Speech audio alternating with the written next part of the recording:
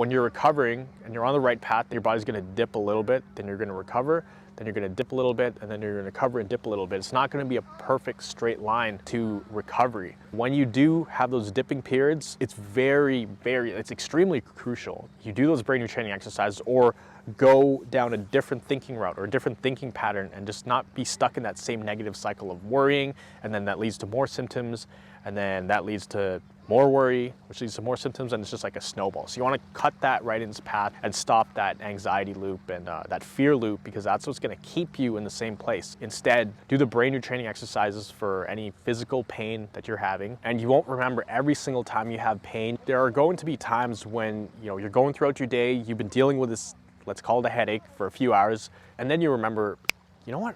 Man, I had this brain retraining tool in my back pocket. Let me go use that. It's not gonna be perfect. At the end of the day, take it day by day, pace yourself. Don't expect change to happen overnight.